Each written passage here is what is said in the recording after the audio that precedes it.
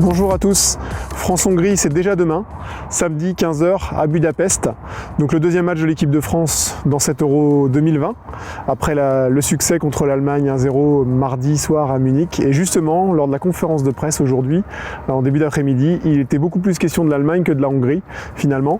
On est régulièrement revenu sur le succès des Bleus avec ce style caractéristique, impitoyable avec l'adversaire, une grande solidité.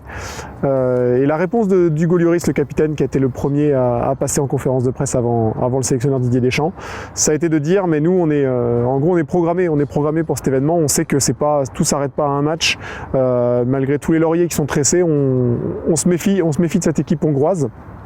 Et donc voilà, il a dit qu'il y avait 7 étapes, 7 marches, qu'il y avait plusieurs marches à franchir et que vraiment il ne se reposerait pas du tout sur ce qui avait été fait contre l'Allemagne. En attendant, tout le monde a vu ce match-là et on a bien compris que l'équipe de France était rentrée de plein pied dans son Euro et qu'elle dégageait vraiment quelque chose, quoi. On peut ajouter l'Italie aussi qui dégage quelque chose, la Belgique qui a eu chaud sur son dernier match, mais il y a des équipes sur ce premier tour qui ont effectivement séduit, mais l'équipe de France a placé la barre très haut. Là, demain contre la Hongrie, il y a quand même un paramètre qui est régulièrement revenu aussi en conférence de presse. C'est cet horaire, match à 15h avec une température de 35 degrés attendue. C'est à peu près 15 de plus qu'à Munich mardi soir au coup d'envoi. Donc c'est un vrai paramètre à prendre en compte. Autant l'horaire de 15h, Hugo Lloris, pas trop inquiet sur ce point-là, puisqu'ils ont l'habitude, notamment lui qui joue en Angleterre, d'autres qui jouent en Allemagne, de jouer à cet horaire. C'est moins le cas, sous 35 degrés à l'ombre.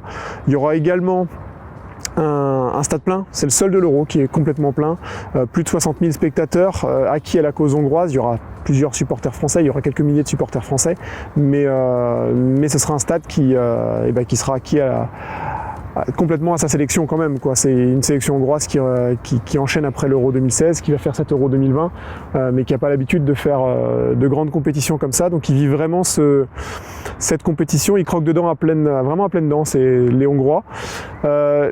Didier Deschamps a placé un petit mot sur le sélectionneur italien de la Hongrie en disant que lui s'attendait à une équipe béton. On va le résumer comme ça, il ne l'a pas dit comme ça, mais on va le résumer comme ça, une équipe béton qui va bétonner derrière, qui va être rigoureuse. L'équipe de France qui a eu ce style, finalement, on en parlait, impitoyable contre les Allemands l'autre jour, devrait avoir un peu plus le ballon, c'est en tout cas ce qu'a dit Hugo Lloris, et puis on a tendance largement à le croire, puisque les Français sont sur le papier supérieurs à cette équipe hongroise, donc on pourrait les voir récupérer le ballon et savoir l'utiliser, bien l'utiliser et être plus tueur, comme a dit Lloris. Voilà ce qu'il attendait. Autre chose de cette conférence de presse à retenir, et là on bascule tout de suite sur la composition et l'enjeu de ce deuxième match à l'Euro, c'est quel compo va proposer Didier Deschamps. Lui il a dit que tout le monde était apte. La question est revenue plusieurs fois par des portes détournées. On a essayé de voir quel compo il pouvait aligner demain, et d'ailleurs il a fini par jouer avec les journalistes en disant demandez-moi clairement l'équipe que je vais aligner, quoi. Évidemment on n'a pas eu la réponse. Lui il a simplement dit quelque chose sur lequel on peut légitimement pas le croire, en tout cas quand il dit qu'il pense pas au troisième match, il avance step by step, mais évidemment qu'il pense au troisième match parce que les Français finiront contre le Portugal le 23 juin, il y a un Portugal-Allemagne demain à Munich. Selon le résultat de ce match, on pourrait peut-être avoir une finale pour la première place entre le Portugal et l'équipe de France le 23 juin à Budapest. Donc évidemment qu'il anticipe la configuration du premier tour avec un premier match contre l'Allemagne, donc un premier match costaud contre l'Allemagne, un dernier match costaud contre le Portugal et au milieu la Hongrie qu'il faudra quand même respecter puis qu'il faudra dominer sur le terrain. Mais la Hongrie est évidemment inférieure au Portugal et à l'Allemagne. Donc s'il y a à faire tourner un petit peu, ce sera peut-être sur ce match de demain. Alors il ne faut pas s'attendre à 4-5 changements au coup d'envoi, mais on peut peut-être avoir quelques petites rotations, notamment au poste de latéraux où Hernandez a eu des petits pépins avant l'Euro. Il était très bon l'autre jour, mais peut-être le match pour éventuellement lancer Digne et faire souffler Hernandez.